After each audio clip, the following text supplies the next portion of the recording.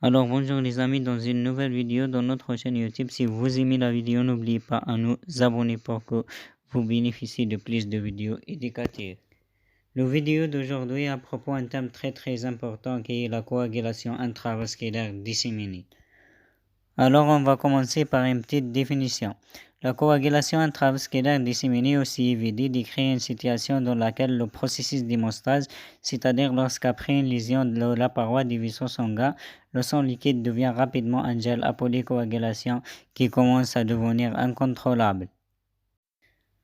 Lorsque cela se produit, de nombreux caillots sanguins commencent à se former dans les vaisseaux sanguins irriguant divers organes, entraînant une ischémie organique. Cependant, la CVD est également appelée coagulopathie de consommation, car cette coagulation consomme des plaquettes et des facteurs de coagulation. Sans suffisamment de plaquettes circulant dans le sang, d'autres parties du corps commencent à saigner avec le moindre dommage aux parois du vaisseau sanguin. Donc, paradoxalement, les patients ont trop peu de coagulation.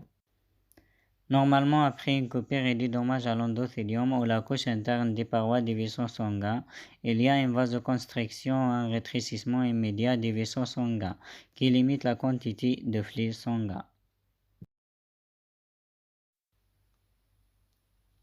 Après cela, certaines plaquettes adhèrent à la paroi vasculaire endommagée et s'activent puis recréent des plaquettes supplémentaires pour former un bouchon. La formation du bouchon plaquettaire est appelée hémostase primaire.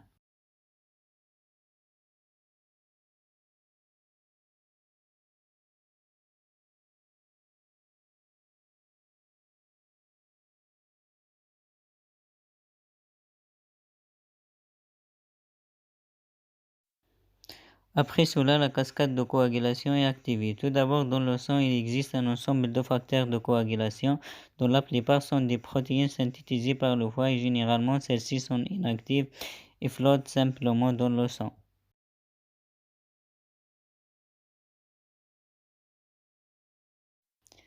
La cascade de coagulation commence lorsqu'une de ces protéines est clivée par protéolyse. Cette protéine active clive ensuite protéolytiquement et active le facteur de coagulation suivant, et ainsi de suite. Cette cascade a un degré d'amplification énorme et ne prend que quelques minutes entre la blessure et la formation de caillots. La dernière étape est l'activation de la protéine fibrinogène en fibrine, qui se dépose et se polymérise pour former un maillage autour des plaquettes. Ainsi, ces étapes menant au renforcement de la fibrine des bouchons plaquettaires constituent le processus appelé hémostase secondaire et entraînent la formation d'un caillot d'air au site de la blessure. Maintenant, dès que le caillot est formé, le corps initie également des voies pour le décomposer, afin qu'il ne grossisse pas plus qu'il ne le devrait, et se dissolve lorsqu'il n'est pas nécessaire par un processus appelé fibrinolyse. Et ce processus produit des produits de dégradation de la fibrine, normalement la formation de nouveaux caillots et ce processus de fibrinolyse sont en équilibre constant.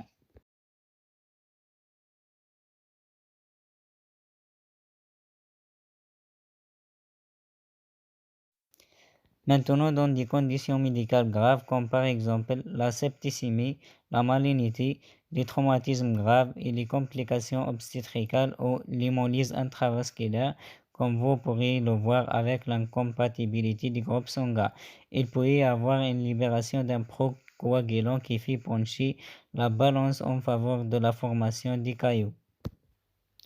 Les procoagulants pourraient être des protéines comme le facteur tissulaire ou des composants bactériens comme le lipopolysaccharide ou pourraient même être des enzymes qui aident à cliver et activer protéolytiquement les facteurs de coagulation.